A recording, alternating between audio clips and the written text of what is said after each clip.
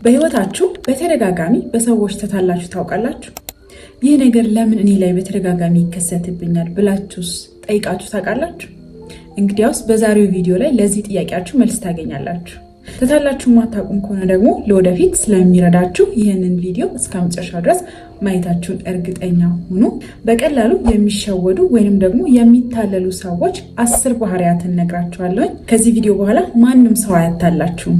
ሰላም ውድ የሮዝ ኢንስፓየር ቤተሰቦች እንዴት ናችሁ? ለማታውቁኝ እኔ ሮዛ እባላለሁ። ይህ ደግሞ ሮዝ ኢንስፓየር ነው። ለዩቲዩብ ቻናሌ አዲስ የሆናችሁ ካላችሁ ደግሞ ቻናሌን ሰብስክራይብ በማድረግ ቤተሰብ ሁኑ እላለሁኝ። በቀላሉ የሚሸወዱ ወይንም ደግሞ የሚታለሉ ሰዎች ከሚያሳዩቸው 10 ባህሪያት ውስጥ አንደኛው አይ ማለት አለመቻል።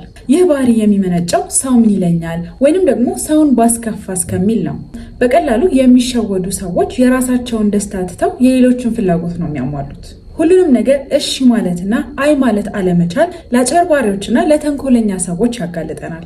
እነዚህ ሰዎች እምቢ እንደማትሉ ስለሚያውቁ ይጠቀሙባቸዋል። ከባባድ ስራዎችን ያዟቸዋል፣ አሊያም ደግሞ ትልቅ ገንዘብ ይበደሯችሁና ይጠፋሉ። ለጓደኛችሁ መመለስ እንደማይችል እያወቃችሁ ብድር ሲጠይቃችሁ አይ ማለት ስለማትችሉ ብቻ የምትሰጡ አይነት ሰዎች ከሆናችሁ በቀላሉ ለመታለልና ለመጭበርበር ቅርብ ናችሁ ማለት ነው። ሁለተኛ፣ ከመጠን በላይ ሰዎችን ማመን። ሁሉንም ሰው ልክ እንደናንተ ቅንና የዋህ አድርጎ ማሰብ።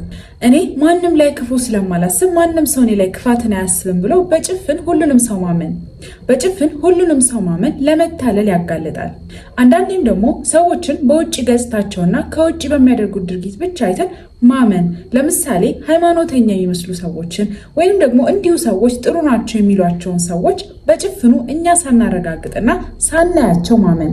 ሰዎችን ለማመን ጊዜ ስጧቸው። ማንነታቸውን እንዲያሳዩአቸውም እድል ስጧቸው።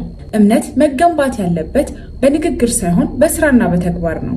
እናም አንድን ሰው ለማመን ከሚናገረው ንግግር በተጨማሪ ድርጊቱን ማጤን ያስፈልጋል። ሶስተኛ፣ ነገሮችን የማረጋገጥ ልምድ ማነስ።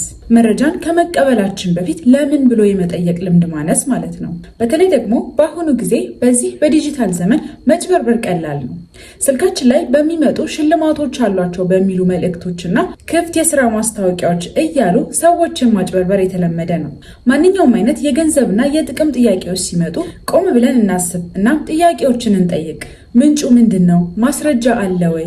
ለምን አሁን አስፈለገ? የሚሉትን ጥያቄዎች በደንብ መጠየቅና ለእነዚህ ጥያቄዎች ምላሽ ማግኘት መቻል አለብን። አራተኛ፣ ለውዳሴና ለክብር መጓጓት። እናንተ እኮ ጎበዞች ናችሁ፣ ከእናንተ ውጭ ማን ያደርገዋል የሚሉ ንግግሮች የሰውን የመከላከል አቅም ያዳክማሉ። ይህ ነገር እንዴት ይሸውደናል ካላችሁ፣ ሰዎች የእናንተን ኩራትና ክብር በመኮርኮር አይ እንዳትሏቸው ያደርጓችሁና የሚፈልጉትን ነገር በቀላሉ ያገኛሉ።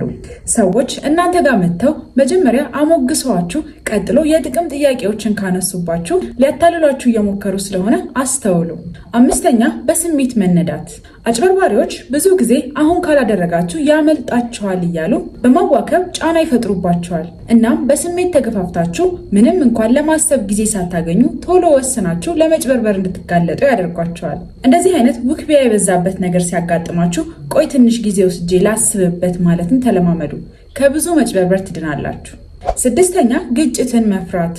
ብዙ ሰዎች መከራከር ስለሚፈሩ ብቻ የተሳሳተ ውል ላይ ይፈርማሉ፣ ወይንም ደግሞ ግጭትን ፍራቻ ያልተስማሙበት ሀሳብ ላይ ይስማማሉ። ይህ ባህሪ ለአጭር ጊዜ ሰላም የሰጠን ቢመስልም ነገር ግን እየቆየ ለብዝበዛና ለመጭበርበር ተጋላጭ ያደርገናል። እና መብታችንን ማስከበር ጠብጫሪነት እንዳልሆነ ልንረዳው ይገባል። ሰባተኛ፣ ካለፈ ስህተታችን አለመማር። በተመሳሳይ ሰዎች በተደጋጋሚ የምንጎዳና የምንታለል ከሆነ ጥፋቱ ያለው እነዛ ሰዎች ጋር ሳይሆን እኛ ጋር ነው። ከስህተታችን አንማርም ማለት ነው። ከዚህ ቀደም የተሸወርንባቸውን አጋጣሚዎች የምንረሳ ከሆነ በወረቀት ላይ መጻፍና ሌላ ጊዜ እንደዚህ አይነት ተመሳሳይ ሁኔታዎች ሲያጋጥሙ ለመጠንቀቅ ይረዳናል። ነገሩ ካለፈ በኋላ ምን አይነት ንግግር ነው ያሳመነኝ? ለምንድነው አምኜ ድጋሚ የተጭበረበርኩት ብለን ራሳችንን እንገምግም። እናም ከስህተታችን ለመማርና ያንን ስህተት ዳግመኛ ላለመድገም እንሞክር። ስምንተኛ፣ ዝቅተኛ የራስ መተማመን። በራሳችሁ ውሳኔ የማትተማመኑ ከሆነ የሌላን ሰው ውሳኔ ለመከተል ትገደዳላችሁ። ሁልጊዜም ውሳኔዎችን ለመወሰንና አንዳንድ ነገሮችን ለማድረግ ሌሎች ሰዎችን ይሁንታ መጠየቅ ለመጭበርበርና ለመታለል ተጋላጭ ያደርገናል። እና በራሳችን ውሳኔ መጽናትና የራሳችንን ውሳኔ ማመንን መለማመድ መቻል አለብን። ዘጠነኛ፣ የብቸኝነት ስሜት።